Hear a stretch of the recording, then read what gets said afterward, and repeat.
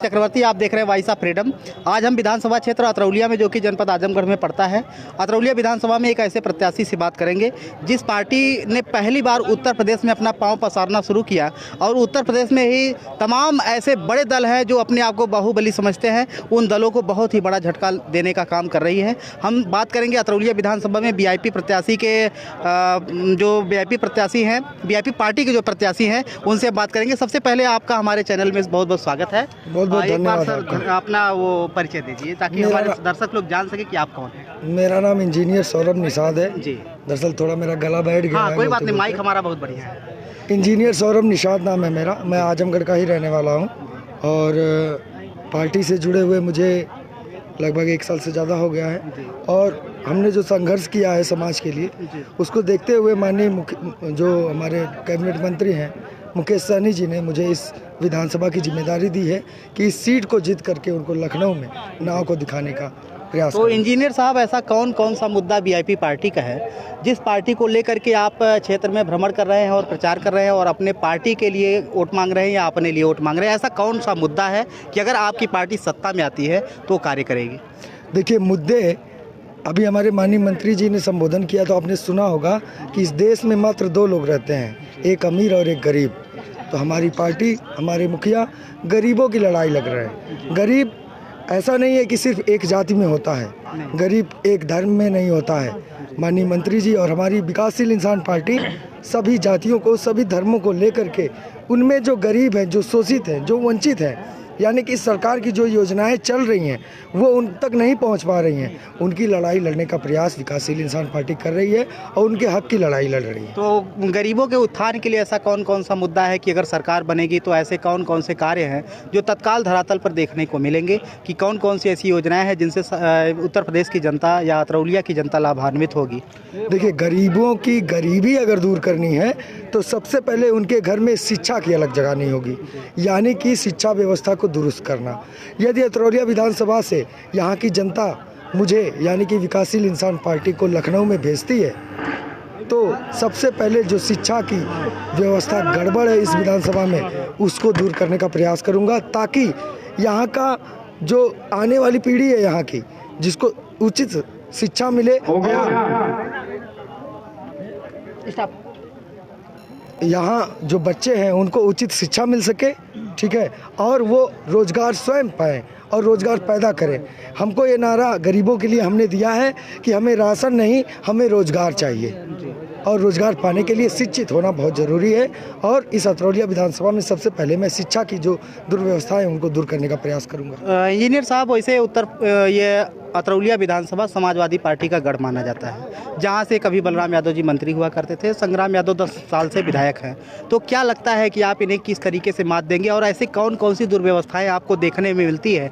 कोई ऐसी 3 चीज़ों का जिक्र करें अतरौलिया विधानसभा में जो घर से निकलने के बाद आपको महसूस होता हो या उसकी कमी खलती हो और आप तुरंत विधायक बनने के बाद, सत्ता में आने के बाद आप उन कमियों को दूर करेंगे?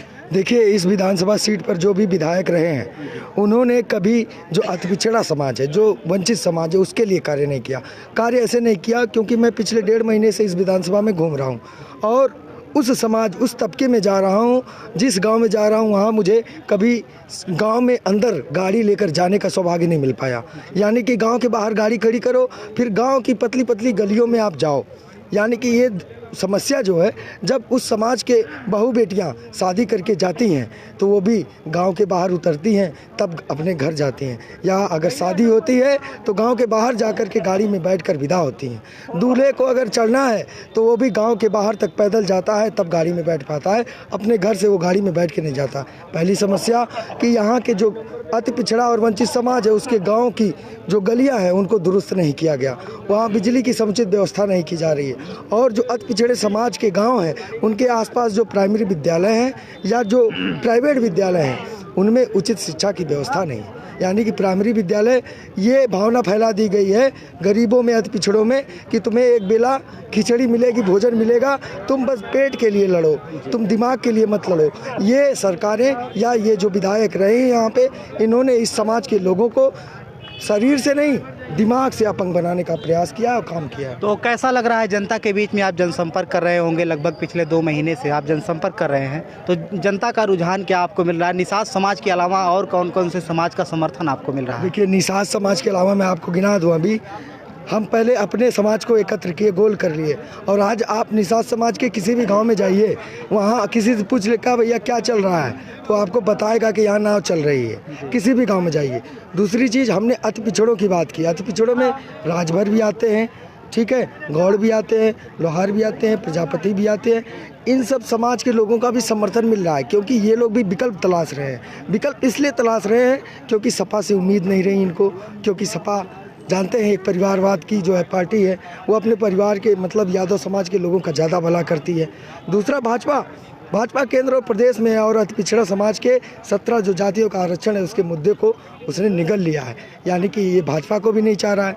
बसपा का कोई वजूद आपको दिख रहा है क्या? वो सरकार बना सकती है? मुझे नहीं लगता कि वो बसपा यहाँ सरकार बनाने जा रही है। इसलिए यहाँ अतरौलिया में ना तो सपा, ना भाजपा, ना बसपा, इस बार मैक्सिमम लोग यहाँ का जो 3,75,000 वोट है वो नाव निशान को चूज कर रहा है कि ये विकल्प के रूप में, और पढ़ा लिखा प्रत्याशी है, इंजीनियर है, और जहाँ मैं बोलता हूँ वहाँ लोग मोटिवेट हो जाते हैं। ये मैं नहीं कहता हूँ, लोग समझ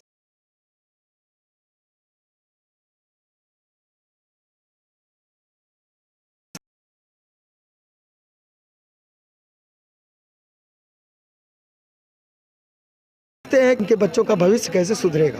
ये सब समस्याएं इनको दूर करने का हम प्रयास कर रहे हैं। तो आखिरी सवाल आपके, ये जो गले में माला है, ये माला चुनाव से पहले ही है, मतदान से पहले ही है, तो क्या लगता है कि ये जो समर्थन है, आप 7 तारीख को जो मतदान होने वाला है, जनता से आप हमारे चैनल के माध्यम से क्या कहना चाहेंगे? मैं जनता से यही अपील करना चाहता हूं कि अभी तक जहां जहां मैं गया हूं, जो मुझे प्यार दुलार और आशीर्वाद आपने दिया है, ये दुलार आशीर्वाद 7 तारीख तक अगर आप बनाए रहते हैं तो 7 तारीख के बाद आजीवन ये आपका बेटा, आपका भाई, आजीवन आप जहाँ जहाँ आज पसीना बहाएंगे वहाँ ये बेटा आपका खून बहाने का कार्य करेगा। बहुत बहुत धन्यवाद। आप देख रहे थे कि हम अतरौलिया विधानसभा में इंजीनियर साहब से बात कर रहे थे, जो कि वीआईपी पार्टी के प्रत्याशी हैं। हम इसी तरीके से सभी प्रत्याशियों की ग्राउंड रिपोर्टिंग की खबरें आपको पहुँचाते रहेंगे। बने रहिए हमारे साथ। मैं हूँ SP चक्रवर्ती, आप देख रहे हैं वॉइस ऑफ फ्रीडम न्यूज।